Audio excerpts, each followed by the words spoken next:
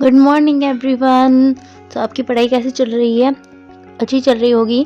तो अभी सच सुबह के 8 बजे हैं और मैं 7 बजे उठ जाती हूँ, बल्कि सर्दी में उठना बहुत ज़्यादा मुश्किल होता है। फिर भी गवर्नमेंट जॉब के लिए बहुत कुछ करना पड़ता है। तो कोई लोग 4 बजे भी उठते हैं, पर मेरे से नहीं उठा जाता है क्योंकि मनी मेरे साथ उठ जाता है, फिर उसकी भी जुकाम खांसी स्टार्ट हो जाती है इस वजह से।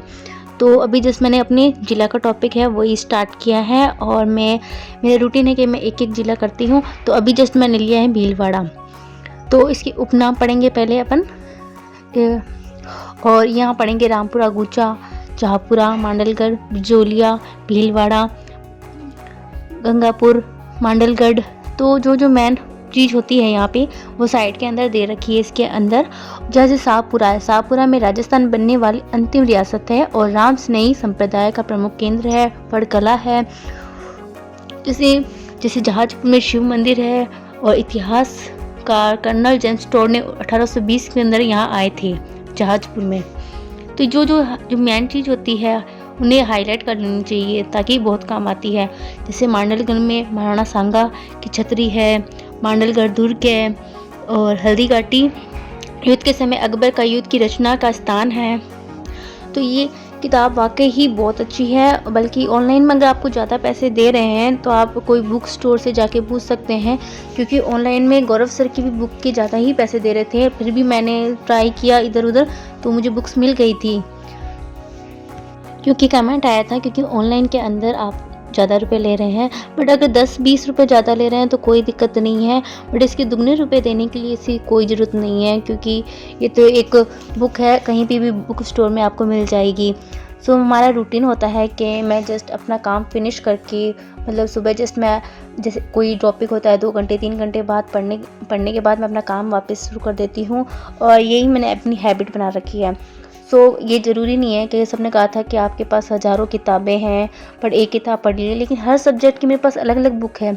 अब एक किताब के अंदर सब कुछ नहीं दे रखा होता। जैसे साइकोलॉजी की मेरे पास सिकवाल की अच्छी लगती है और आर.के. वैष्णव के भी नोट्स अच्छे लगते हैं। तो ये ज़रूरी नहीं है कि हमें सारी किताब के टॉपिक हमको पसंद आए।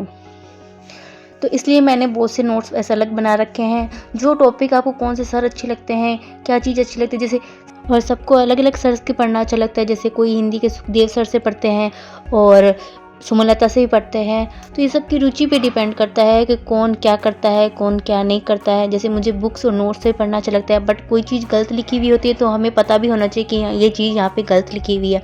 सो अभी जस्ट मैंने अपनी वही टॉपिक साइकोलॉजी का टॉपिक उठाया है, और साइकोलॉजी के टॉपिक के अंदर मैंने आज किए हैं गर्भावस्था में विकास। हालांकि मेरे पास फर्स्ट ग्रेड की और सेकंड ग्रेड की और रीड की दोनों की सिकवाल की किताब है, क्योंकि उसके अंदर कम से कम एक टॉपिक के 600-700 ऑब्जेक्टिव क्वेश्चन दे रखे होते हैं। तो ये काफ़ी अच्छे हैं, पर मुझे ये नोट्स पढ़ना भी बहुत अच्छा लगता है। हालांकि मेरे पास इतनी बुक्स नहीं हैं, बट अगर मेरे को कोई टॉपिक नहीं समझ में आए तो ही मैं वीडियो भी देखती हूँ। जैसे अगर मेरे को जियोग्राफी नहीं समझ में आती तो मैं मधुसूदन सर की क्लास लेती हूँ, और अगर पॉलिटिकल नहीं समझ में आती है तो दिनेश गहलोत सर है, उनकी क्लास लेती हूँ।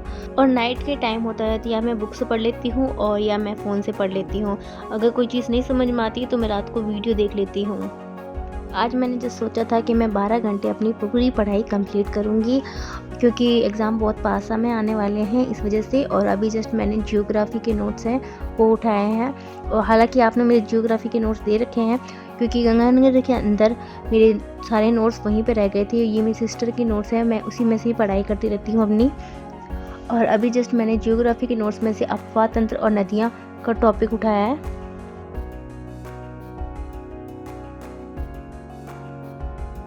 और ये कलाम के नोट्स हैं, तो आप देख सकते हैं कि ये नोट्स किस टाइप्स के बने हुए हैं। पूरे डायग्राम के साथ बनाया गया है पूरा। अफवाह तंत्र, इसमें अरब सागरी नदियाँ, अंतःप्रवाह नदियाँ, बंगाल की खाड़ी नदियाँ। तो इसके अंदर पहले हम लूनी नदी या सहायक नदियाँ और उनकी लूनी नदी की विशेषताएं हैं, उनकी बांध की परियोजना है। जो भी नदी है उनकी सभी की विशेषताएं और बांध की परियोजनाएं सभी के बारे में बताया गया है। और उसके बाद माही नदी, त्रिवेणी नदी, और इसके उपनाम भी दिए गए हैं। उद्गम स्थल भी बताया गया है, संगम, लंबाई, अपवाह क्षेत्र। सहायक नदी जैसे साबरमती नदी है, उसका अपवाह क्षेत्र उदयपुर है। और सहायक नदी है वैतई, सई, अगर कोई चीज़ नहीं याद हो रही है तो साइड में ट्रिक भी दे रखी है सहायक नदियों के। सो अभी जस्ट मैं नोट्स निकाल रही हूँ। अगर आपको मेरे वीडियो अच्छे लगे तो प्लीज़ इसको सब्सक्राइब ज़रूर करें। हालांकि मुझे मोटिवेशन नहीं करना था, ये मैंने पहले ही भी कहा था, क्योंकि मैंने इतना संघर्ष किया है कि मुझे किसी की मोटिवेशन की ज़रूरत नहीं पड़ती है। लाइफ में ऐसी बहुत सी चीज़ें होती है, उतार चढ़ाव चलता रहता है, बट रियली मैं यही मानती हूँ कि अपन को जितना हो सके मेहनत करनी चाहिए। जब तक आपको सबका सपना पूरा नहीं हो जाए तब तक आपको हार नहीं माननी चाहिए। वैसे ही मैंने बहुत सी ऐसी चीज़ें हैं जो अपनी मेहनत से हासिल की है। सो जस्ट अभी ICT के नोट्स है ये, तो ये मैंने जस्ट किसी से अभी लिए हैं, और क्योंकि आपको ये टॉपिक वाइज आपको चाहिए थे कि आपने पढ़े नहीं हैं, तो मैंने किसी से लिए हैं कि आपको भी मैं सेंड कर दूँगी। अगर बुक्स के अंदर कोई चीज़ नहीं होगी तो मैं यहाँ पे भी मतलब इसकी फ़ोटो कॉपी करा के अपने पास में ले लूँगी और बुक्स में भी देख लूँगी। तो बुक्स तो मैंने पढ़ ली है, बट नोट्स भी देख लेंगे इसके अंदर क्या लिखा हुआ है। तो ये मैं आपको कल तक सेंड कर दूँगी, ठीक है। सो अभी अब काफ़ी रात हो गई है, तो मैंने सोचा थोड़ा फ़ोन से पढ़ लेंगे, खाना खा लेंगे। और अभी देखो काफ़ी रात हो गई है। तो फाइनली आज मैंने पूरी 12 घंटे की अपनी स्टडी पूरी कंप्लीट कर ली है। ओके गाइस, सो कल मिलते हैं। अभी के लिए गुड नाइट।